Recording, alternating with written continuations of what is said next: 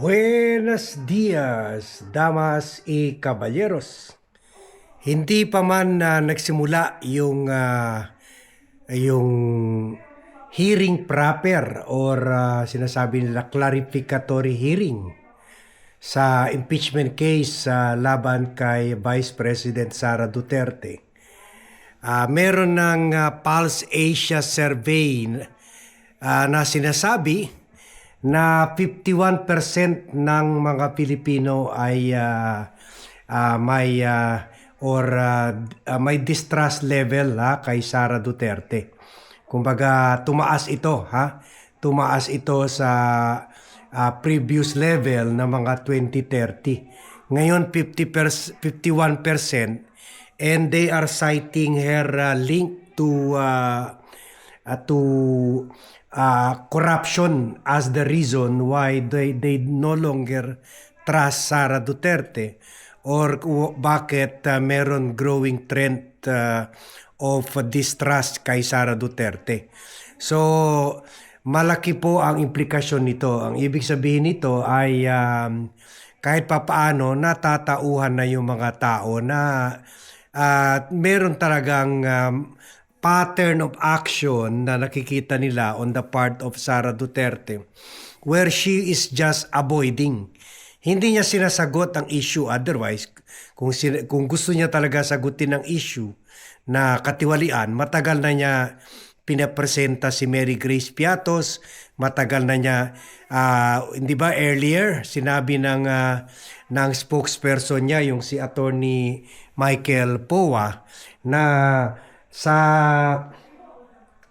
hearing proper daw o kaya sa Senate trial, ready sila ipresenta na si Mary Grace Piatos, si Shomi Ocho, at iba pang mga sinasabi nila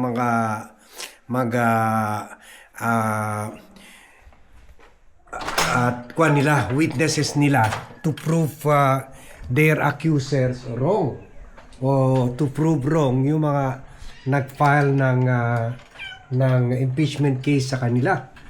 Pero binawi yun ni Poa. Sabi niya hindi daw pala kung daw nila itatago daw nila yung strategy nila, ganon. So yun, nakikita talaga natin na may pattern sila na parang laban bawi sa mga sa mga sinasabi nila. So this shows talaga na they are just fooling us. Pakisabi kay Ann, dito na ako sa baba. Sabihan mo na. Kahit yung mga tao nahalata na rin na kasi sino bang ayaw, kahit siguro yung mga supporter niya. Siyempre kahit yun. Siyempre nagdi-discuss sila, kada mga neighbor nila, mga kamag-anak nila. Inosente si Sara, tingnan nyo lang, hintayin nyo lang. Pag simula na ng hearing, ilalabas niya yan lahat. Ilalabas niya lahat ng mga ebidensya na yan. Ipapakita niya na mali, walang basehan at nagsisunungaling itong nag-file ng impeachment complaint sa kanya.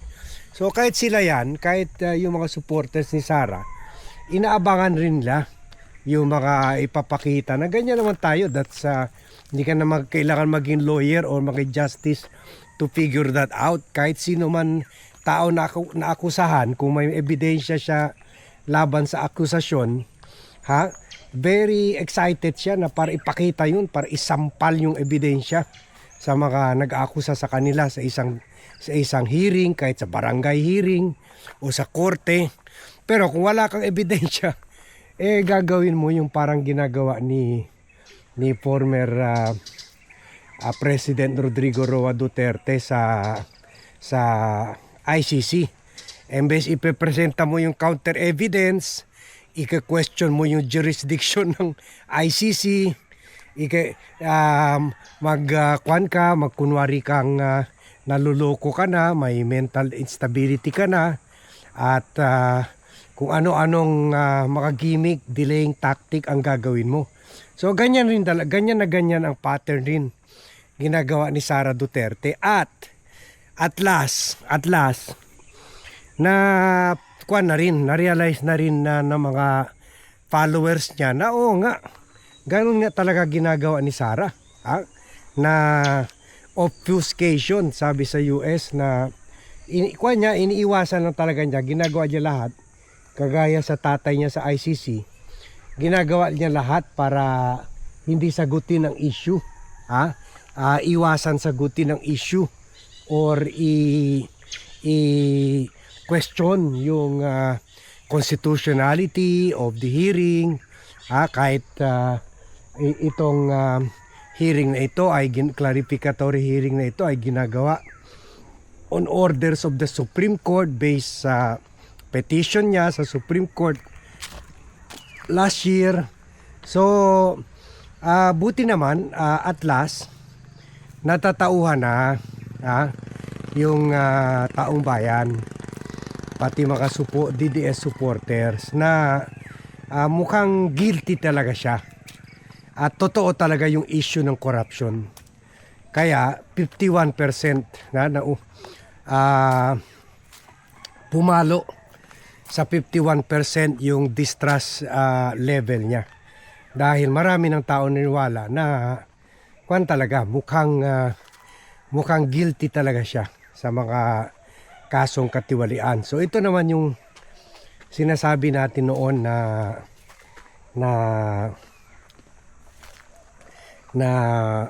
mangyayari kay Sara, na sabi natin kahit yan hearing ginagawa ay tinatawag nilang clarificatory hearing, pero magkakaroon na rin yan ng effect ng parang mini trial. At sabi nga natin, dyan talo si Sara. Akala niya pabor na pabor sa kanya yung desisyon ng Supreme Court last year. Nag-delay lang nga for 1 year yung proseso sa Senado, yung trial proper. Pero mas pinalakas pa ang proseso laban kay Sara, kasi hindi lang siya mabubugbog sa sinasabi natin trial by publicity or mini trial, kasi itatry siya. She's not only being tried in the court of law, but for a politician, malaking bagay yun, she's being tried in the court of public opinion. So in her trial in the court of public opinion, talong-talo siya, kasi dito pa lang ilalabas na ng mga ebidensya, in short, para makaka-double death siya Lalabas na yung ebidensya laban sa kanya sa tubig ko pala, tubig. Lalabas na yung lahat ng ebidensya laban sa kanya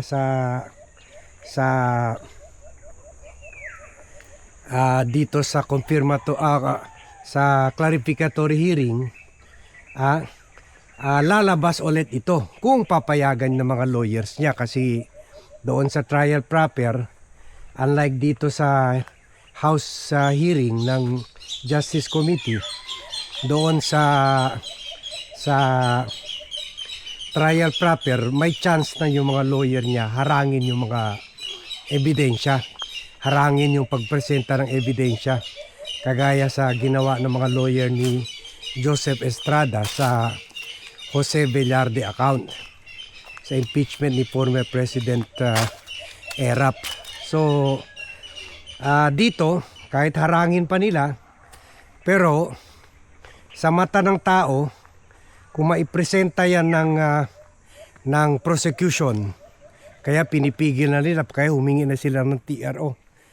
Kung maipresenta yan ng prosecution, lalo na yung mga bank records, AMLAC records, at saka SEC records, DTI records, sa irregularidad sa mga kumpanya nila, or baka kasama sa mga board member ng mga company nila sila yung mga Chinese drug lords, sila Michael Yang.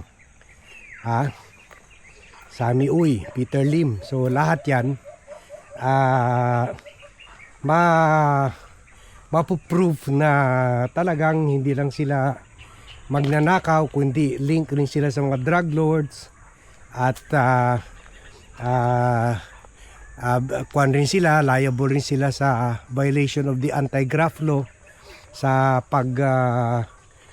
hindi pagdeklara ng tamang statement of assets, liabilities, and net worth nila. So dito talaga sila takot na takot at kaya lahat ginagawa nila para pigilin. Sana nga masaya sila eh. Sana nga masaya sila na at last meron ng clarificatory hearing.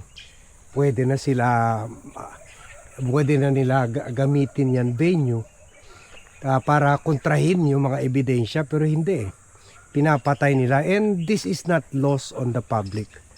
Nakikita na ito ng mga publiko na oo nga, kuwan nga talaga, guilty nga talaga siya. Otherwise, haharapin na lang niya ito kasi yan naman in the first place ang hiningi niya. Yan naman in the first place ang isa sa mga basehan niya.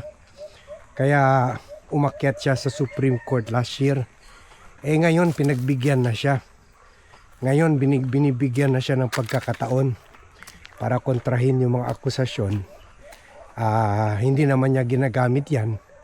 Bagkus gusto pa niya pigilin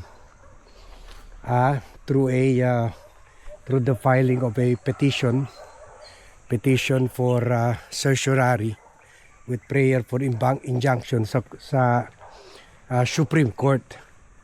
So yan, that is the action of someone na guilty talaga sa corruption issues. Kumaga pareho sa tatay niya sa ICC, wala talaga siyang kontra-ebidensya to prove her innocence. So yan rin ang nakikita ng karamihan ng mga Pilipino, pati mga DDS. Kasi may mga thinking DDS naman, may mga matatalino DDS naman. They are just praying and hoping na bigyan si Sara ng pagkakataon to present her side, to counter the attacks against her. Pero yun, wala pa rin. Hindi pa rin nangyayari yan. Ngayon, sobra-sobra ng chance binibigay sa kanya. Pero siya pa mismo, sandali, may blue na ibon doon, nakita ko Ganda niya na. Tingnan natin, blue na ibon. Hindi pala. Basura pala. Akala ko may mga blue ibon lumalipad dito Yun. So, yan. Kaya pati sila rin, hihintay pa natin si Mrs. kinukuha yung tubig natin. Kasi kailangan mag-hydrate tayo. So yun ang good development dito. Na at last na tatamaan na si Sara. Sinabi natin, di ba, na mahaba pa yan. Mahaba pang panahon, mahaba pang para madurog talaga siya. At sabi natin, kung magsimula na itong House clarificatory hearing, lalabas na yung mga ebidensya laban kay Sara, and then magsisimula na yung ICC hearing. So lahat ito will have the effect of demolishing kung ano man meron popularity rating na mataas daw, according to sa mga fake surveys nila. Kung ano man meron daw na mataas na rating si Sara, babaksak talaga. At nakakatuwa, naging totoo yung kuwan natin, projection natin. Naging may tama na naman yung bolang kristal natin. Hindi pa nga nagsimula. At ang ginawa pa lang hearing on sufficiency in form, substance at sufficiency in grounds. And yet, doon pa lang, bumagsak na siya. Doon pa lang nagsimula ng pagbaksak niya sa rating. So this is kumbaga, the truth finally coming out. People are finally seeing Sara on how she should be seen as a corrupt government official. Okay? So thank you very much everyone for watching. Thank you very much for joining me in this vlog. Good morning to all and see you in my next vlog.